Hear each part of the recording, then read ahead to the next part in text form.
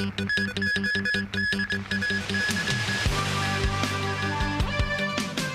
car crash in Shaoguan in northern Guangdong leaves a Hong Kong resident dead and 2 others injured.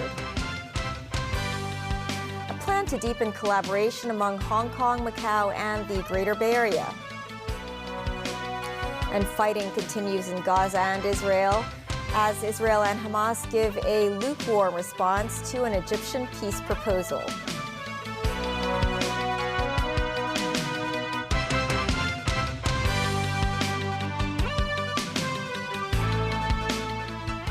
Hello and welcome to TVB News. 1 Hong Kong woman died and 2 others were injured in a traffic accident on Monday afternoon in the mainland city of Shaoguan, Guangdong province. Sources say the trio comprised a couple and a female relative. The wife was killed in the accident. The Hong Kong Economic and Trade Office in Guangdong said it is offering assistance. Timothy Lee has our top story. This afternoon, the SAR government announced details of the incident that took place in Shaoguan. On Monday afternoon, 3 Hong Kong residents on board a private car in Shaoguan were involved in an accident that led to the death of 1 passenger, while 2 others were injured. Sources said the 2 injured passengers were sent to Lechang Second People's Hospital. Hong Kong authorities have already deployed personnel to Shaoguan to offer assistance to the victims and their relatives. The 3 people involved in the traffic accident are reported to be a couple and a female relative. They were traveling in a private car with 2 mainland residents to Hunan province. One of the mainlanders was driving. Their vehicle was then involved in a crash that killed the wife. Guangdong province recently experienced a cold wave, with cities such as Shaoguan reporting record low temperatures. Ice on the roads have become common recently, forcing authorities to implement tightened traffic regulations. The Beijing-Hong Kong and Macau Expressway began rolling out new regulations on the 16th of this month after portions of the road around the Shaoguan section were affected by mist and rain. Police found the Shaoguan section removed these regulations at around the time of the crash on Monday afternoon. Both the SAR and mainland governments have yet to respond to the reason behind the move. Timothy Lee, TVB News. The National Development and Reform Commission has released an action plan to deepen collaboration among Hong Kong, Macau, and the Greater Bay Area. Mimo Singhai reports. In the action plan, the National Development and Reform Commission hopes to boost the business environment in the Greater Bay Area and to enhance the common market's international competitiveness. The plan calls for more SAR border crossings that operate 24 hours a day with co-location joint checkpoint arrangements. In Macau, the Chiang Mai Port and Huanqing checkpoint have already implemented the 24-hour operation system. While Hong Kong has 8 checkpoints, only the Hong Kong-Zhuhai-Macau Bridge and Huanggang Port are open 24 hours a day.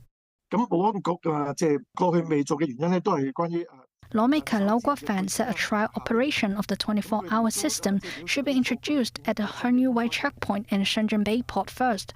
Lau said the measure is timely in view of the growing interaction among the GBA cities. Meanwhile, the plan of action also outlines measures that target talents in Hong Kong and Macau. Currently, professions such as lawyers and accountants from Hong Kong can obtain corresponding professional qualifications on the mainland via mutual recognition or examinations. Under the plan, supportive measures will be tailor-made for talents from the 2 SARs to allow them to work more conveniently on the mainland. A GBA standard will also be applied to several aspects, including pension schemes and Cantonese cuisine. Minus 9, TVB News.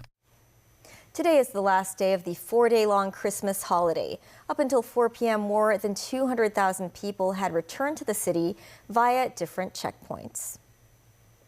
The Sheng Shui MTR station was busy this afternoon as people arrived back from the mainland via the Lo Wu or Lok Ma Chau checkpoints. Many residents returned to the city via the Lo Wu control point after spending their Christmas break on the mainland. The Immigration Department said more than 1 million Hong Kongers left the city in the past 3 days. Israel and Hamas have given a lukewarm reception to an Egyptian proposal to end a bitter war that has left almost 21,000 Palestinians dead. Reports say neither has rejected the plan altogether, but Israeli Prime Minister said they will not stop until victory is achieved, while Hamas is unlikely to accept a proposal that leaves the group out of the post-war political mix. Netanyahu says the only way to free more than 100 hostages still held by Hamas is via a military victory. The United States, meanwhile, said it hit targets in Iraq after 3 of its personnel were injured in a drone attack. Nazvi Karim has more. Angry relatives of Israeli hostages demanding their release now. Israeli Prime Minister Benjamin Netanyahu, while addressing his parliament, said war is the only way to set them free. And that, he said, will take a long time. As the world cries for a ceasefire to the Israel-Hamas conflict, Netanyahu wants to intensify Israel's assault on Gaza. We are not stopping, and we will not stop until victory, he said, because we have no other country and we have no other way. Reports from inside Gaza indeed suggest that Israel has stepped up its bombardment of the enclave of 2.3 million. The past few days have been among the deadliest since October 7th. In Maghazi, funerals were held for around 70 people Gaza health authorities say were killed in airstrikes on Sunday night and Monday morning. A strike near the Nasser hospital in Khan Yunis on Tuesday killed 7 people, according to reports. Hospitals are struggling to cope with the injured. Al-Quds Hospital in Gaza City in the north is completely out of commission. A World Health Organization representative visited the Al-Aqsa Hospital in central Gaza. The WHO's Sean Casey relates the story of a 9-year-old boy, Ahmed, who was hit in the head by shrapnel and rubble near Nusayrat refugee camp. Was being treated basically with sedation to ease his suffering as he dies. But there's nothing anybody can do for him. Like so many cases here, there isn't capacity to manage complex neurological cases. The emergency room is far, far beyond its basic capacity. You're seeing kids like Ahmed dying unnecessarily. And it appears that any respite looks a long way off. On Monday, Egypt and Qatar put forward a proposal to end the war. States, meanwhile, conducted retaliatory strikes in Iraq after a drone attack in Erbil wounded 3 U.S. personnel. One of them remains in critical condition. The U.S. military said it killed a number of Kataib Hezbollah militants. U.S. bases in Iraq and Syria have come under attack at least 100 times since the start of the Israel-Hamas war. Nazvi Karim, TVB News. An Israeli airstrike outside the Syrian capital Damascus on Monday killed a senior officer of Iran's Revolutionary Guards, 3 security sources and Iranian state media said. The sources told Reuters that the Iranian advisor known as Sayed Razi Mousavi was responsible for coordinating the military alliance between Syria and Iran. Iran's state television interrupted its regular news broadcast to announce that Mousavi had been killed, describing him as one of the Revolutionary Guard's oldest advisors in Syria. It said he had been among those accompanying Qasem Soleimani, the head of the Guard's elite Quds force, who was killed in a U.S. drone attack in Iraq in 2020. Iran vowed revenge for the killing. In his Christmas message on Monday, Pope Francis blasted the weapons industry as instruments of death and said children dying in wars are the little Jesuses of today. In his Christmas Day Urbi et Orbi, or to the city and world address, the pontiff also called the October 7th attack on Israel by Hamas abominable and again appealed for the release of all hostages. He said Israeli strikes on Gaza that have killed almost 21,000 people so far were an appalling harvest of innocent civilians. The Pope was speaking from the central balcony of St. Peter's Basilica to thousands of people in the square below. He also took another swipe at the armaments industry, saying it was ultimately behind the puppet strings of war. The 87-year-old Francis also called for an end to conflicts in places including Ukraine, Syria, Yemen, Lebanon, Armenia, and Azerbaijan. Russia launched dozens of drones and missiles at Ukraine on Christmas Day, but most of them were shot down. The Kremlin also said its forces had gained full control of Mariinka, a settlement about 5 kilometers southwest of the city of Donetsk, but Moscow's claim was denied by Ukraine. This as Ukraine, for the first time in history, celebrated Christmas on Monday instead of January in a growing cultural rift with Russia. This report from NBC News. For the second Christmas, Ukrainians are spending the holiday hunkered down as Russian drone strikes continue to menace the capital. Russian strikes are raining down on cities across the country. Fadir Shmuder in Odessa said, "I woke up my daughter and we went to the corridor. The window flew right over there. The house burnt down completely." The fierce winter conditions already entrenched as Russia hits critical infrastructure like last Christmas. Millions across the country struggle to meet basic needs, and troops on the icy battlefield remain stalled. The attention in Western capitals President Volodymyr Zelensky commanded in 2022 has given way to budget concerns and political infighting in 2023. Zelensky swept into Washington earlier this month in a bid to secure a pledge for more aid, but returned home empty-handed. Despite President Biden's support, Congress has kicked any vote on an estimated $64 billion in aid into the new year, and Republicans have tied it to domestic immigration policies. Putin is banking on the United States failing to deliver for Ukraine. We must prove him wrong. Ukraine is running low on Western weapons and soldiers. In the new year, Western officials, former U.S. intelligence officers, and regional analysts expect that Ukraine will likely ramp up its drone strikes and sabotage missions as Russian troops hold positions in the south and east. Сегодня Украина почти ничего уже не производит. Привозят, извините за моветон, на халяву все привозят. Но эта халява когда-то может и закончиться. И, судя по всему, так и заканчивается помаленьку. But Zelensky remains defiant. Молимося за завершення війни. Молимося за перемогу, де б не зустрічали Різдво Христове. And remarkably, Ukrainian resilience still shines through at Christmas. For people here, there's no other option but to keep fighting. Molly Hunter, NBC News. Protests continued in Serbia in the wake of the country's controversial December 17th election, with police saying they have detained at least 38 demonstrators who clashed with officers on Sunday. The ballot saw the governing populists emerge as winners of parliamentary and local elections amid widespread allegations of election fraud. Daniel Rao tells us more. Opposition group Serbia Against Violence has been staging protests since the December 17th elections, saying there was election fraud, particularly in the capital Belgrade. Some opposition politicians went on hunger strike. More protests were held on Monday. Hundreds gathered outside the seat of the State Election Commission in central Belgrade before walking towards the police headquarters.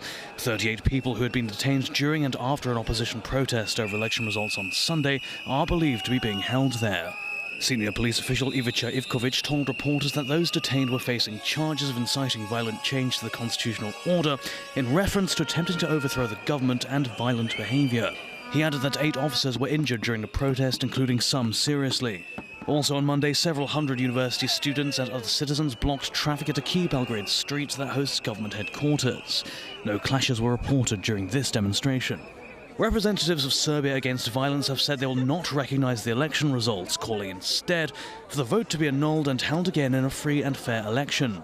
The alliance last week urged the EU to investigate the results after international observers said the vote was held in unjust conditions. The Serbian Progressive Party, which won the election, has denied rigging the vote and insisted the ballots were fair, despite criticism from international monitors and local election observers.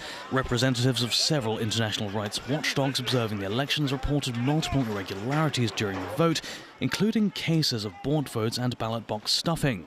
They also noted unjust conditions for opposition candidates because of media bias and abuse of public resources by the ruling party. President Alexander Vučić described Sunday's protest as an attempt to overthrow the government with help from abroad. He claimed to have evidence that the West is encouraging the opposition. Danaral, TV News. A plane carrying 276 passengers landed in Mumbai this morning after it was grounded in France for 4 days, pending investigation into possible human trafficking. The flight, operated by Romanian charter company Legend Airlines, had departed Dubai and landed at a small French airport on Thursday for a technical stopover when police intervened. The flight, originally bound for Nicaragua, arrived in France with 303 Indian passengers on board. After being interrogated by police, 2 people investigated for human trafficking have been placed under assisted witness status while the investigation continues. Another 25 people, including 5 minors, have stayed in France where they wish to seek asylum. Still ahead, a government plan to strengthen child safety in vehicles. A CU research team uses AI to improve accuracy in detecting colorectal polyps. And beginning later this week, fees for charging electric vehicles at 2 government car parks.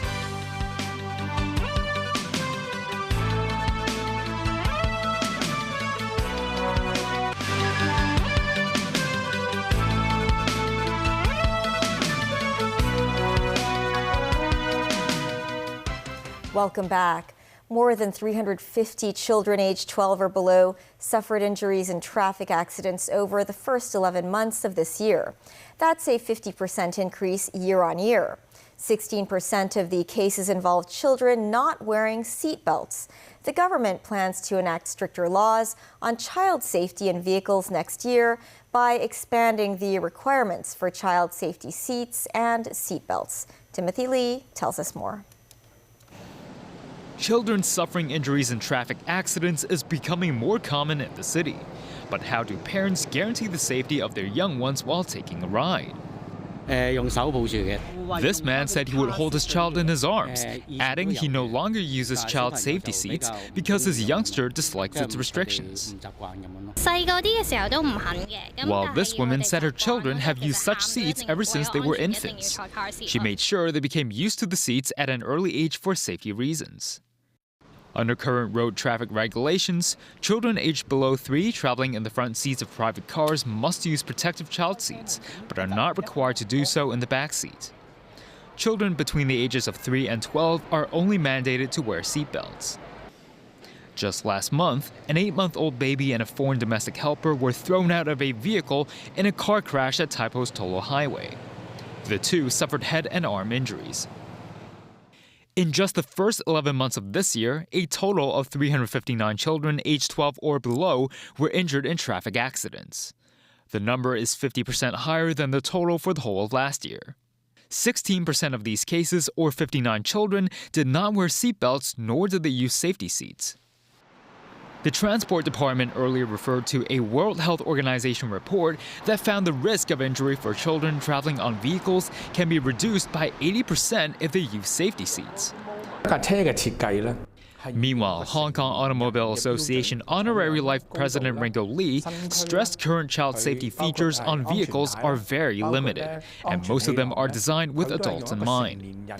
The Transport Department said it will submit a proposed amendment to the Legislative Council next year to tighten regulations for the use of seatbelts and child safety seats.